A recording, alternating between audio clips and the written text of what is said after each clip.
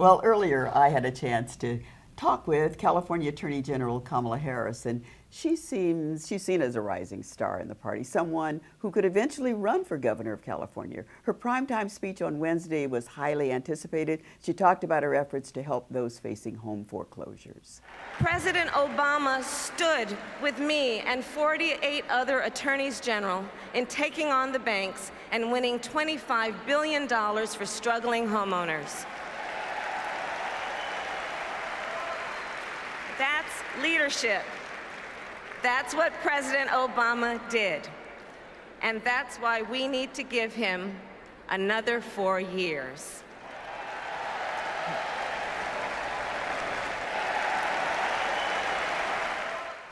Well, first of all, let me welcome you to the program. We're really delighted you took time to be with us. In your spot on the stage at this convention, yes, you talked about your mom, you talked about the home mortgage crisis, the $26 billion settlement. Yeah. Has any of that money really gotten to people yet? Oh, absolutely. You know, part of our role in the national mortgage settlement was to, obviously, the primary role was to advocate for the needs of California. And as a result, we were able to bring $18 billion back to California. I decided that in addition to what happened with the national settlement, which was one monitor for the entire country, I was going to appoint one for California because we are so big. Yeah. And I wanted to make sure that we get everything that we deserve to receive and that we bargain to receive. The homeowners need relief right now.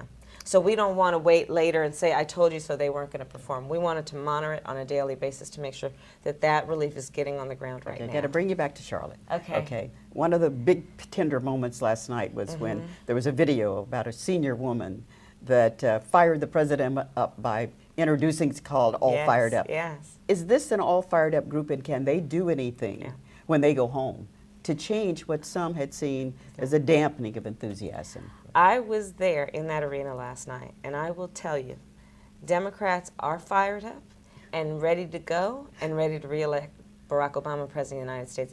It's been an incredible convention. And you know, there are two audiences for the convention.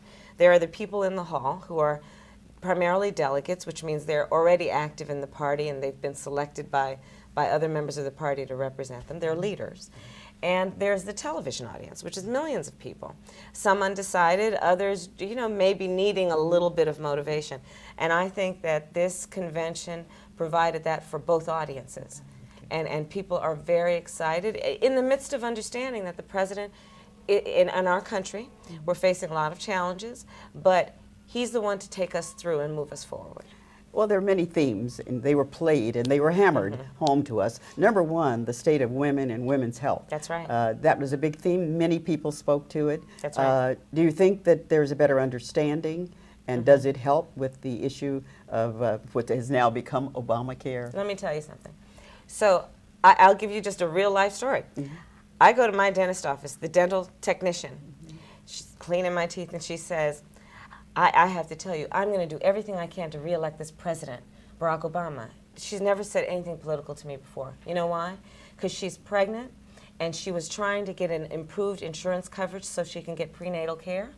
By 2 insurance companies, she was denied. And I said, why? She said, because when she went for her improved care, they said, well, you have a pre-existing condition. I said, what's wrong with you? She said, I'm pregnant. True story. So I think people on the ground do know it, and women have been experiencing it for so long, and now they know they actually don't have to put up with that. Women, by the very nature of physiologically, don't have to be a pre-existing condition. They now know there's another way to do health care. And since it has hit the ground, parents know that now they've already put their 26-year-old or younger on their insurance policies. Seniors know that that donut hole is now being covered, and they can have access to the prescriptions they need at an affordable rate.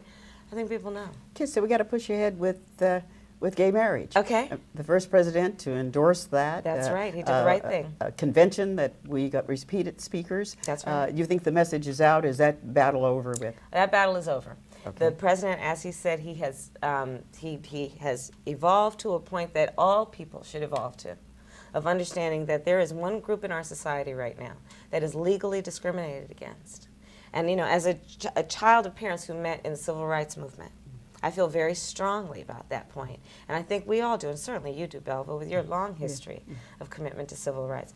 We've got to, you know, let's be true to the principles of our Constitution, which say all people should be treated as equal. Finally, the role of government, Yes. briefly. You still feel that's valid, that the government yes, has and I plenty think to that's do. that is the really sad aspect of the conversation that the Republicans are trying to have in this race, which is to suggest that government is bad and that there is no role for government. You know, remember the Marshall Plan. Remember, you don't have to go back very far, and you can look very recently to know there is a very important and legitimate role for government that uplifts the lives of people in this country, and so I absolutely do believe in the nobility of public service, and the meaning and the necessity of having a government that can provide services, particularly for those in need. You gained a national reputation, mostly over the foreclosure issue. Let's talk about you and your future. I mean, were you enthused to want to stand there where Barack Obama was last night, or were you settled just for running for governor?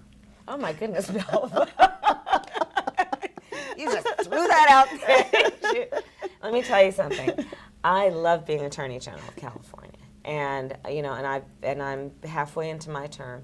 When I walk into my office in Sacramento, or walk into a meeting with the National Association of Attorneys General from around the country, I am so proud, as a daughter of California, to represent California on issues like what we should get in terms of the foreclosure crisis, on issues like what we're doing around technology and privacy, on so many other issues. And so that's what I'm focused on. I truly believe you got to stay focused on what's in front of you, and you know, if everything goes well, the next thing will come. Thank you very much for joining us. Thank you, Belva.